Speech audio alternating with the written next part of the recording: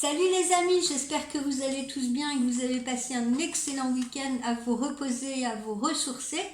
Aujourd'hui, pas de guidance. Aujourd'hui, au programme, j'ouvre un dossier. Un dossier sur les plantes, sur les fleurs, si vous voulez, celles qui vont émettre des énergies négatives et celles qui vont émettre des énergies positives. Oui, pourquoi je fais ça? Eh bien parce que nous arrivons au printemps, que nous allons tous nous mettre à nos jardins, à nos balcons, à nos terrasses, si vous voulez, à fleurir, à planter, etc. Donc il est peut-être bon d'en savoir un petit peu plus sur les effets de ces plantes et de ces fleurs. Aujourd'hui, j'ouvre donc un dossier sur les plantes qui émettent les énergies négatives. On va commencer par celle-là et demain, j'ouvrirai un dossier sur les plantes qui émettent des énergies positives. Ne vous inquiétez pas. Alors, comme vous n'êtes pas sans l'ignorer, eh bien, les herbes, les plantes, les fleurs ont toujours été utilisées de tout temps, hein, depuis des temps très anciens, comme complément alimentaire, culinaire. On utilise d'ailleurs de plus en plus de fleurs dans nos cuisines, mais également comme produit thérapeutique, hein. C'est le cas de la phytothérapie, c'est le cas également de l'homéopathie.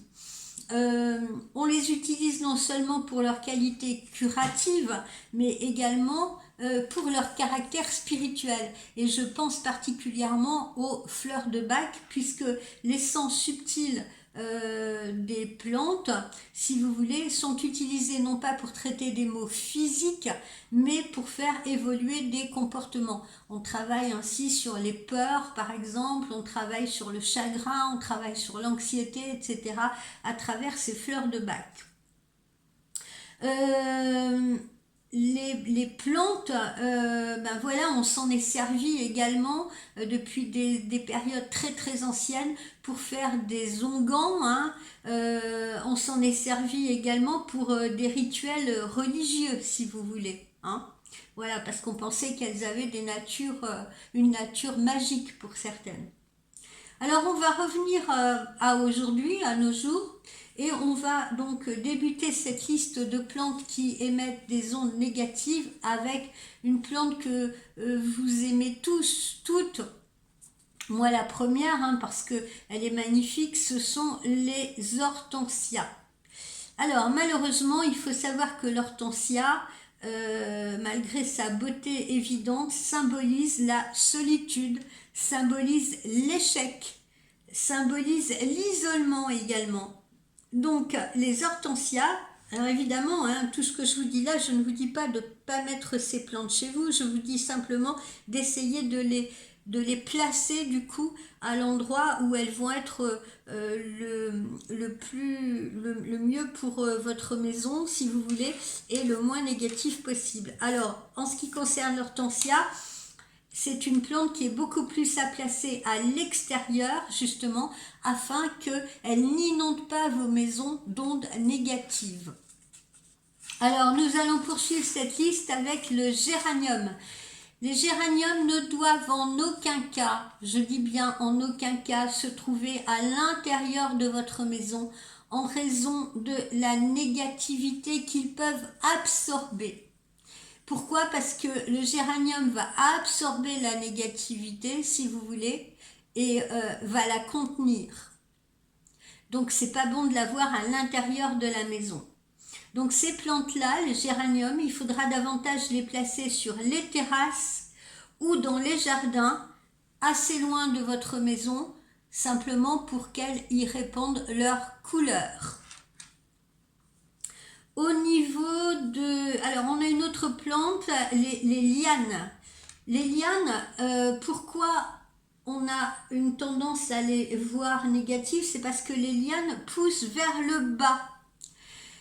Et en poussant vers le bas, eh bien, elles entraînent une énergie vitale descendante. Donc, il faut les garder à l'extérieur et les utiliser plutôt pour décorer vos pergolas, parce que ainsi elles vont pouvoir augmenter l'ombre et la fraîcheur en été. Une autre fleur qu'on n'aime pas beaucoup et que les enfants adorent nous cueillir, hein, et nous en faire des petits bouquets, c'est le coquelicot. Le coquelicot, eh bien, on associe cette plante à la malchance, on l'associe à l'infortune. Pourquoi? Parce que le coquelicot est une petite fleur très fragile qui a tendance à se faner très très rapidement. En outre, le coquelicot a toujours été utilisé comme sédatif et son usage abusif peut être extrêmement dangereux. Donc le coquelicot a très mauvaise réputation et il n'est absolument pas recommandé d'en avoir chez soi. Poursuivons avec le gui.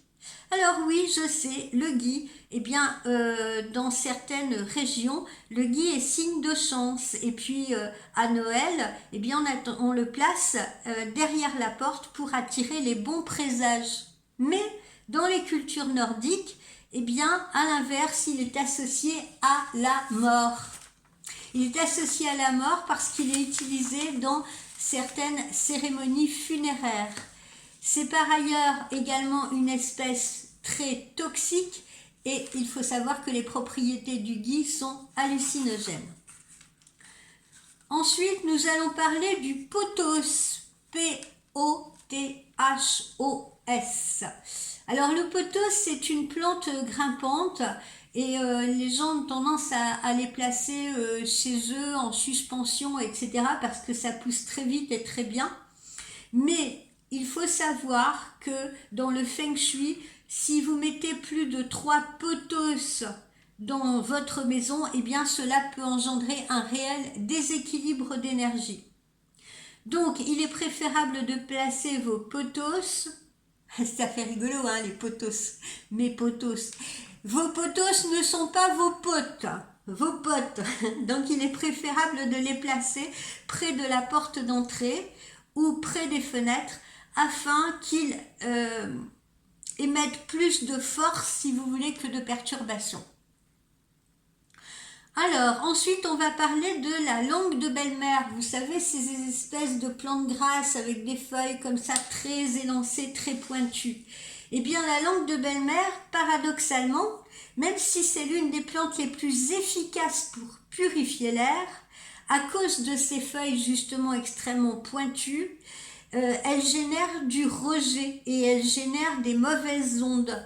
Donc il vaut mieux la garder encore une fois près de votre porte ou sur votre terrasse ou au bord de vos fenêtres si vous voulez, pour qu'elle rejette les énergies négatives vers l'extérieur. Nous poursuivons avec des petites fleurs que l'on peut être amené à offrir, etc., que l'on peut être amené à mettre en décoration un peu partout chez soi, qui sont les œillets. Alors les œillets en plus ça a tendance à sentir bon, enfin pour ceux qui aiment, moi j'aime pas tellement mais pour ceux qui aiment. Bon alors c'est une fleur qui est considérée comme une fleur décorative, seulement il faut savoir que les œillets absorbent l'énergie positive, et vont libérer l'énergie négative. Donc je me répète parce que ma fourche a langué, ma langue a fourché. Les œillets vont absorber l'énergie positive et vont redistribuer, libérer l'énergie négative. Donc il est préférable de garder les œillets dans votre jardin ou en tout cas à l'extérieur et non pas à l'intérieur de la maison. Ensuite, nous avons les jolis petits bonsaïs. Et oui, en Feng Shui, on n'aime pas trop le bonsaï.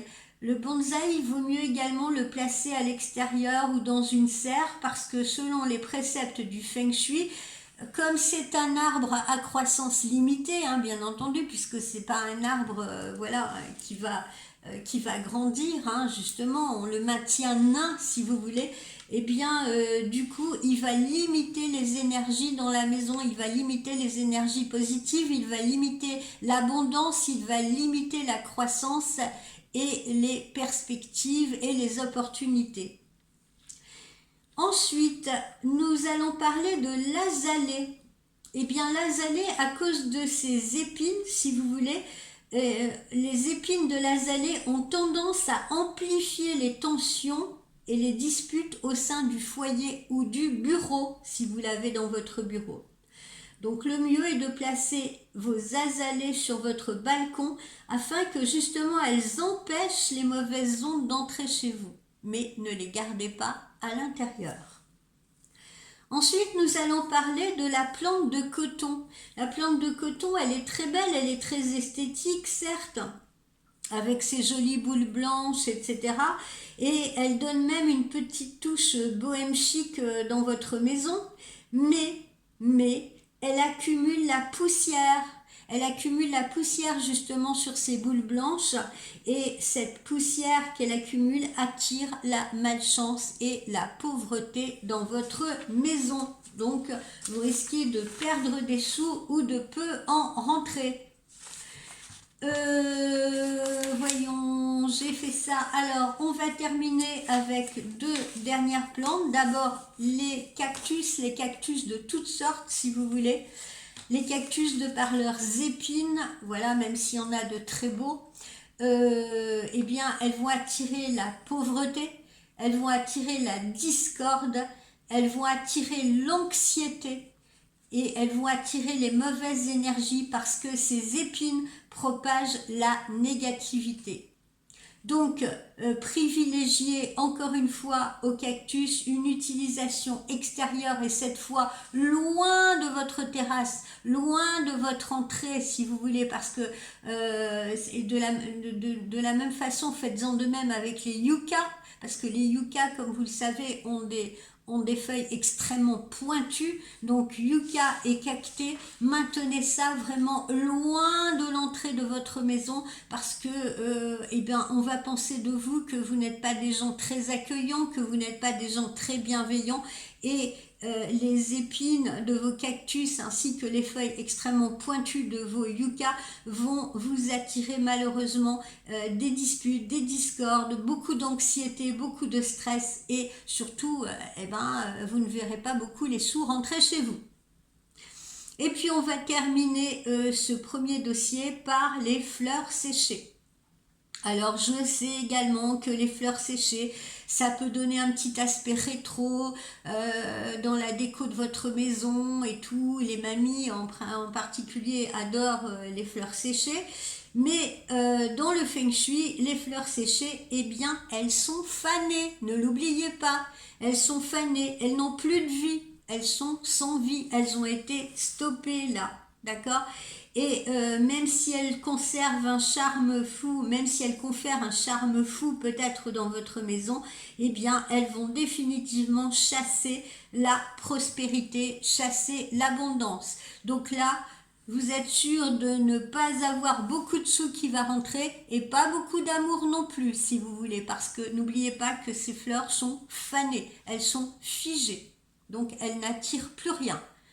Ni énergie positive, ni énergie négative d'ailleurs. Voilà, c'est vraiment le désert. Désert affectif et désert financier que cela augure. Voilà mes amis, j'espère que ce petit dossier vous aura plu. Demain, on va aborder les plantes qui attirent les énergies positives. Je vous souhaite une excellente journée. Bye bye.